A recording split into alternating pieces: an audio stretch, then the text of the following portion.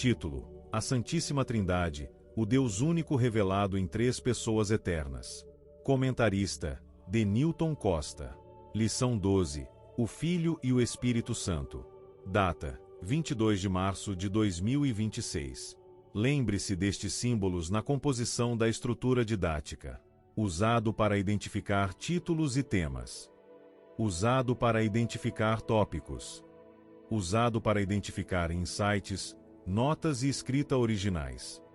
Usado para identificar subtópicos. Usado para convergência. Texto áureo. E, respondendo o anjo, disse-lhe: Descerá sobre-te o Espírito Santo, e a virtude do Altíssimo te cobrirá com a sua sombra, pelo que também o Santo, que de ti há de nascer, será chamado Filho de Deus.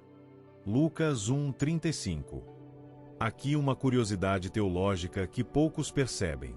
Veja alguns exemplos de curiosidades. Elefantes e saltos. Todos os mamíferos podem saltar, menos os elefantes. Sobre o Brasil. Maior árvore. Uma angelim vermelho com 88 metros, o equivalente a um prédio de 30 andares, foi descoberta em 2019. Vulcão mais antigo. O vulcão mais antigo do mundo fica no Pará, o vulcão Amazonas, descoberto em 2002. Primeiro tópico do texto áureo. A natureza da sombra. Curiosidade. A expressão te cobrirá com a sua sombra faz uma alusão direta a Shekinah, a nuvem de glória que repousava sobre o tabernáculo no Antigo Testamento. Isso sugere que Maria, naquele momento, tornasse o novo lugar da habitação de Deus na terra. Durante a gestação, pois o lugar santíssimo era reservado e preservado para manter o que representava a presença de Deus entre seu povo, a Arca da Aliança e os demais itens. Em Maria estava a vida, Jesus. Segundo tópico do texto áureo. O equilíbrio entre divino e humano. O texto estabelece a identidade de Jesus de forma binária. Ação divina, o Espírito Santo e a virtude do Altíssimo. Realidade humana, o nascimento através de Maria, de ti há de nascer. Resultado, ele é chamado Filho de Deus, unindo essas duas naturezas. A origem binária de Jesus, no contexto teológico cristão, refere-se à crença de que ele possui duas naturezas distintas, uma origem divina, Filho de Deus, e uma origem humana, Filho de Maria. Natureza dupla, divino-humana. A doutrina cristã afirma que Jesus é verdadeiro Deus e verdadeiro homem. Ele foi gerado pelo Espírito Santo, divino, e nasceu da Virgem Maria, humano. Terceiro tópico do texto áureo. A linguagem poética e solene. Note a estrutura do anúncio. Ele não é apenas informativo, é majestoso. O uso de termos como virtude do Altíssimo em vez de apenas poder evoca uma força que é, ao mesmo tempo, criadora e santificadora. Nota de contexto. Esse diálogo entre o anjo Gabriel e Maria é o que define o conceito da encarnação no cristianismo, diferenciando Jesus de outras figuras proféticas por sua origem relatada como divina. Introdução. Perspectiva teológica. A cristologia pneumatológica. Ela nos mostra que Jesus não agiu de forma isolada, mas em constante comunhão com o Espírito e o Pai. Essa atuação cooperativa trinitária não termina na Bíblia, ela serve de modelo para nossa própria caminhada. Podemos dividir essa atuação em três pilares principais, conforme mencionado. Primeiro tópico introdutório. A concepção, o início da nova criação. Assim como o Espírito pairava sobre as águas na criação do mundo, ele cobre Maria para dar início à nova criação. Aqui, o Espírito Santo garante a santidade da natureza humana de Jesus desde o ventre, permitindo que ele fosse o Cordeiro sem mancha. Segundo tópico introdutório. A capacitação, o batismo e o deserto. Embora fosse Deus, Jesus escolheu viver plenamente como homem. Para exercer seu ministério, ele foi ungido. O batismo, o Espírito desce como pomba, marcando o início público de sua missão. O deserto, é o Espírito quem o guia para a provação. Isso nos ensina que, às vezes, os momentos de teste também são orquestrados por Deus para fortalecer nossa dependência dele. Terceiro tópico introdutório. A missão e a glorificação. Jesus afirmou: O Espírito do Senhor está sobre mim, porque me ungiu para pregar. Lucas 4:18. Cada milagre e cada palavra foram frutos dessa cooperação. Finalmente, a Bíblia diz que Jesus se ofereceu pelo Espírito Eterno e foi ressuscitado pelo poder desse mesmo Espírito. Aplicação para a vida cristã. A lição prática aqui é profunda. Se o próprio Jesus, sendo Filho de Deus, não abriu mão da dependência do Espírito Santo, como poderíamos nós tentar viver a vida cristã por conta própria? Dependência. Assim como Jesus foi capacitado, nós recebemos o mesmo Espírito para cumprir nossa missão. Santificação. O Espírito que gerou vida em Maria busca gerar o caráter de Cristo em nós, o fruto do Espírito. Ponto de reflexão. A obra redentora é trinitária porque o Pai planejou, o Filho executou e o Espírito aplica essa obra em nossos corações hoje. A atuação do Espírito na vida de Cristo. A atuação do Espírito Santo é o que conecta as etapas da obra de redenção. Na concepção, o Espírito atua como agente da encarnação. No batismo, o Espírito atua como selo da aprovação do Pai e a unção para o serviço. No ministério, o Espírito atua como a fonte de poder para os milagres e a autoridade no ensino. Na cruz e ressurreição, o Espírito atua sustentando o sacrifício e operando a vitória sobre a morte. Reflexão para a vida cristã. Essa atuação contínua nos ensina que a vida cristã não é um esforço humano solitário, mas uma participação em Deus através do Espírito. É o Espírito quem aplica em nós o que Cristo conquistou na cruz. Primeiro tema: o Espírito e a concepção do Filho. Primeiro tópico: a resposta da fé diante do impossível. Lucas 1:26 ao 38. O primeiro ponto destaca o aspecto humano e a soberania divina. Exegeticamente, o foco está na transição da perplexidade para a submissão. A limitação humana. Maria questiona como se fará isto, reconhecendo sua condição biológica, virgem. Isso estabelece que a obra não teria participação humana na geração. A resposta teológica. O anjo não explica o mecanismo, mas aponta para o caráter de Deus. Para Deus nada é impossível. Versículo 37. Destaque: a frase de Maria, cumpra-se em mim, no original grego, usa um modo optativo, que expressa um desejo profundo e voluntário. A atuação do Espírito encontra um coração disponível. Segundo tópico: o pneuma como agente criador. Lucas 1:35. Este é o núcleo da lição. O texto utiliza o paralelismo hebraico para explicar a ação divina. O termo cobrir com a sombra. Episquiadzo, esta palavra é a mesma usada na Septuaginta para descrever a nuvem de glória, Shekinah, que repousava sobre o tabernáculo, Êxodo 40:35. A atuação. Assim como o Espírito Santo pairava, Merahefet, sobre o caos em Gênesis 1:2 para trazer vida, ele atua no ventre de Maria para dar início à nova criação. Conexão trinitária. O texto liga o Espírito Santo à virtude do Altíssimo. Não são duas forças, mas a manifestação do poder de Deus através da terceira pessoa da Trindade, resultando na filiação ou herança genética divina de Jesus. Terceiro tópico: a natureza da santidade, Ágios, e a missão, Lucas 1:35c, e Hebreus 4:15. O terceiro ponto foca na qualidade moral e essencial do Filho, garantida pela atuação do Espírito.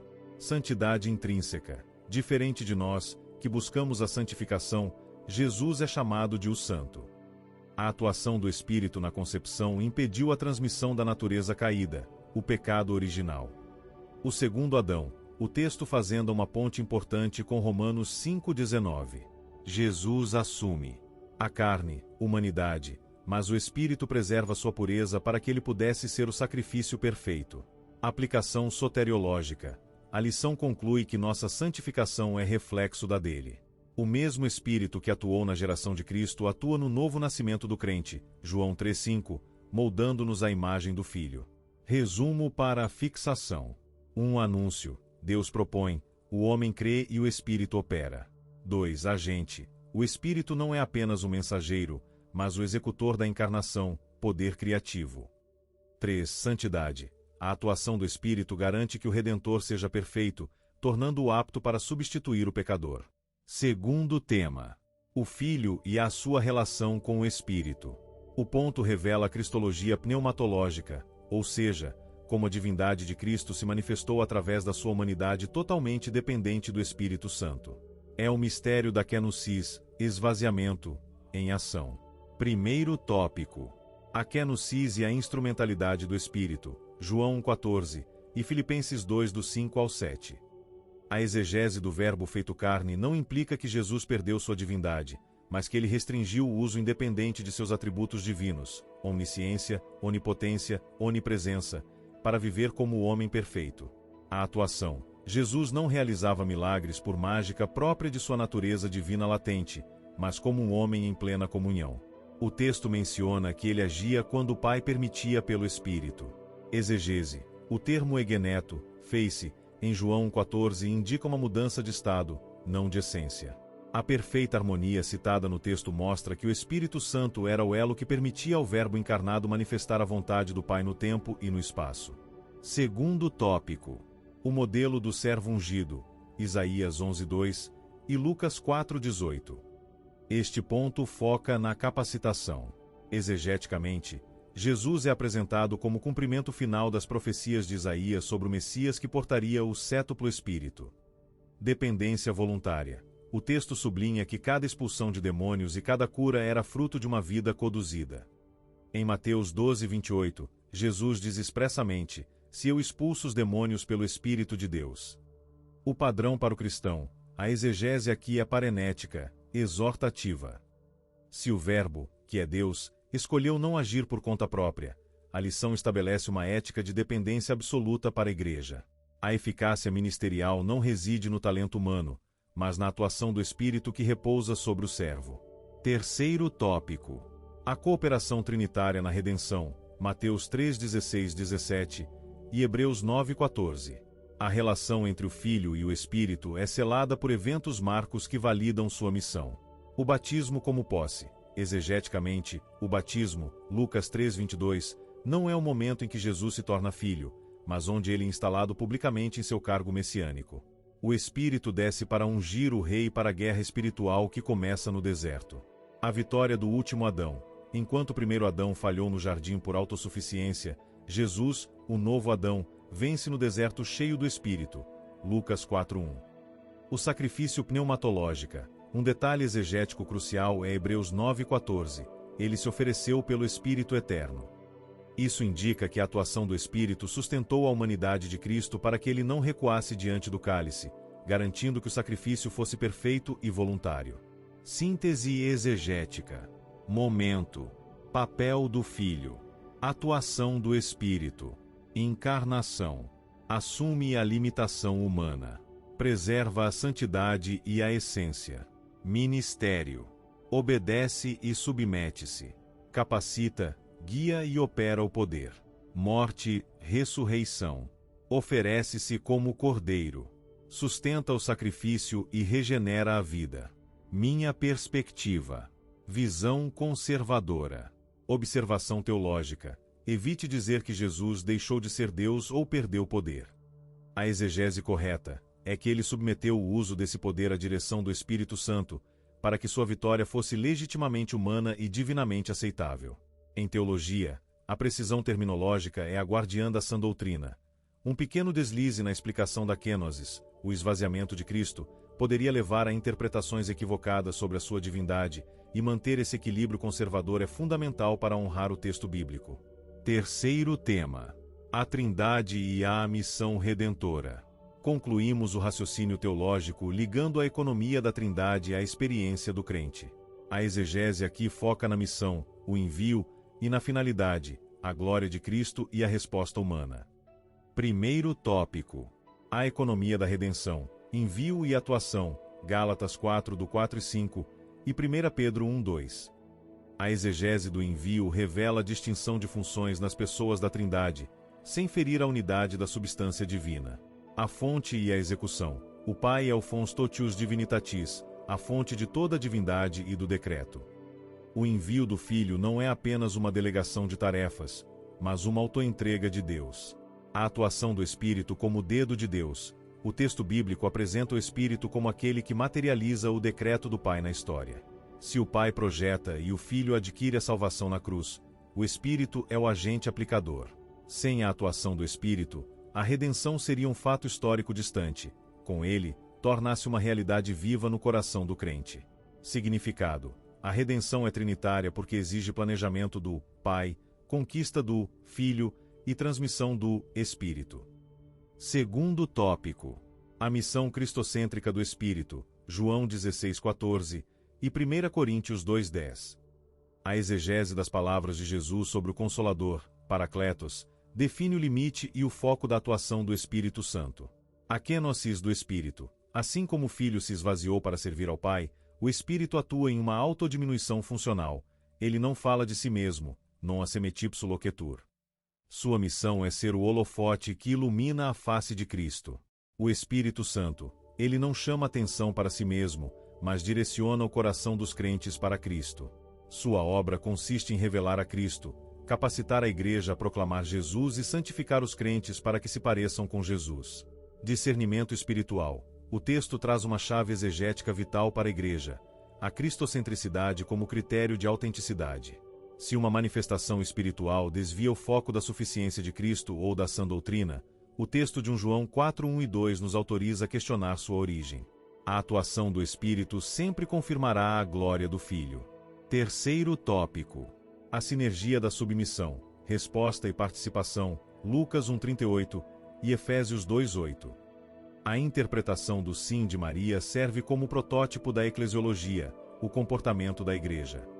O fiat de Maria. Quando Maria diz cumpra-se em mim, fiat mihi secundum verbum, faça-se em mim segundo a tua palavra, Lucas 1:38.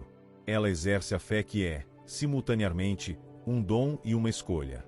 Exegeticamente, a salvação é monergista, obra só de Deus, em sua origem, mas produz uma resposta sinergista na vida do crente, nossa cooperação em obediência. Recipientes ativos. O texto destaca que não somos meros espectadores. A fé e o arrependimento são as mãos que recebem o que a Trindade oferece. Conclusão prática. A submissão do crente deve espelhar a submissão do Filho. Assim como a atuação do Espírito dependia da prontidão de Maria para gerar o Verbo, a atuação do Espírito em nós depende da nossa rendição para gerar o caráter de Cristo. Fechamento conclusivo. Resumo teológico da lição. Pai, o amor que planeja. Filho, o amor que se entrega. Espírito, o amor que habita e capacita. Este fechamento é muito poderoso para uma classe, pois tira a doutrina do campo puramente teórico e a coloca no campo da decisão pessoal. Leia a exemplificação. Essa frase toca no coração da pedagogia cristã. A diferença entre saber sobre Deus e conhecer a Deus. Quando transformamos a doutrina da Trindade em algo prático, paramos de tentar apenas decifrar um enigma matemático, 1 mais 1 é igual a 1, e passamos a contemplar um relacionamento e missão. Aqui estão 3 motivos pelos quais esse fechamento é tão eficaz para uma classe. Primeiro ponto: do que para o quem. Muitas vezes, as aulas sobre a Trindade perdem-se em termos técnicos como substância, essência ou consubstancialidade. Embora importantes, eles podem parecer distantes. A mudança. Ao focar na atuação do Espírito na vida de Jesus e na nossa, você humaniza a teologia. O aluno deixa de olhar para uma fórmula e passa a olhar para um Deus que planeja, Pai, que se aproxima, Filho e que habita, Espírito. Segundo ponto: o exemplo de Maria como espelho. O uso de Lucas 1:38, cumpra-se em mim, é o ponto de virada pedagógico. A teoria: o Espírito Santo é poderoso e soberano. A decisão pessoal: o Espírito Santo respeita a voluntariedade humana. Maria não foi um objeto passivo, ela foi uma cooperadora consciente. O impacto: isso desafia o aluno. O mesmo Espírito que gerou o Cristo em Maria quer gerar o caráter de Cristo em você. Você dará o mesmo sim? Terceiro ponto: a responsabilidade da resposta. O fechamento tira o aluno da posição de espectador da história da salvação e o coloca dentro dela. A lógica: se o Pai enviou, o Filho executou e o Espírito aplica, a obra está pronta. A única variável restante é a resposta humana. O apelo: isso cria uma urgência santa. Fé, arrependimento e obediência deixam de ser conceitos abstratos e tornam-se a única resposta lógica e grata diante de um esforço trinitário tão grande. Tabela de transição: da teoria à prática. Doutrina teórica: cabeça. Decisão pessoal: coração, vida. O Pai é soberano e decreta. Posso descansar, pois minha vida está em um plano maior. O Filho é o Verbo que sofreu. Meus sofrimentos são compreendidos por aquele que se fez carne. O Espírito Santo capacita e guia. Não preciso tentar ser um bom cristão por força própria. Meu peteleco em sua orelha. O insight. Uma aula poderosa é aquela em que o aluno sai não apenas sabendo mais sobre a Bíblia, mas sentindo-se mais dependente de Deus. Um pensamento para o encerramento. A teologia só cumpre seu papel quando deixa de ser apenas uma lição no papel e se torna uma vida gerada pelo Espírito. Itamir Neves. Por Evangelista. Denilton Costa. Telespectador, se você gostou desse conteúdo, inscreva-se no canal Declaração Pública da Fé, ative o sininho na opção Todas e compartilhe em grupos ministeriais e de escolas bíblicas dominicais e com todos aqueles que são amantes do conhecimento da Palavra de Deus. Até a próxima EBD.